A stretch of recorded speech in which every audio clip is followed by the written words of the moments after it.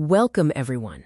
Today we're moving past the hype of bigger is better in machine learning. We're diving into the engineering shift that actually makes AI useful in the real world. This is the story of quantization, the strategic process of shrinking the digital brain without losing the intelligence.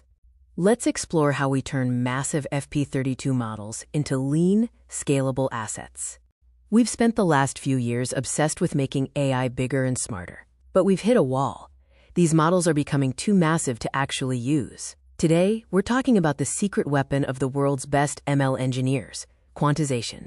It's the process of taking a high-resolution, power-hungry model and shrinking it into a lean, mean 8-bit machine.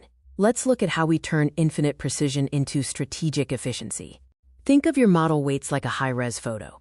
A 32-bit floating point number is like a raw file. It's beautiful, but it's huge. Quantization is like converting that to a high-quality JPEG. By mapping those complex numbers into discrete integer buckets, we slash the memory footprint by 4x. This isn't just about saving disk space. It's about faster math, less heat, and finally being able to fit that 1 GB model into 250 megabytes of RAM. Not every model needs the same treatment.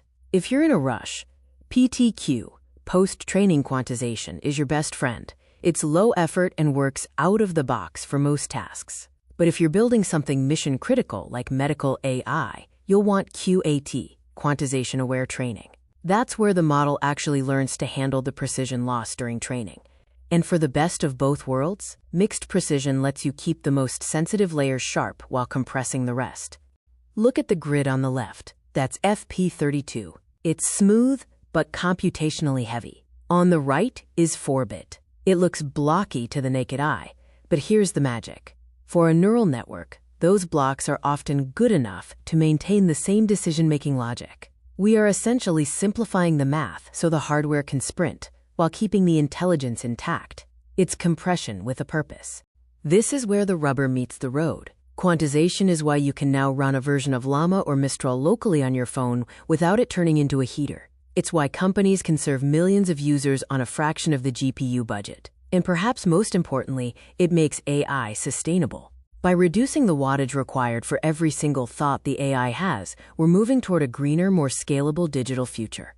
In the end, accuracy is just table stakes. The real winners in the next phase of AI will be those who can deploy it efficiently. Quantization is the bridge between a quote cool demo and a quote scalable product. So my question for you is, are you still optimizing for the benchmark, or are you ready to optimize for the real world?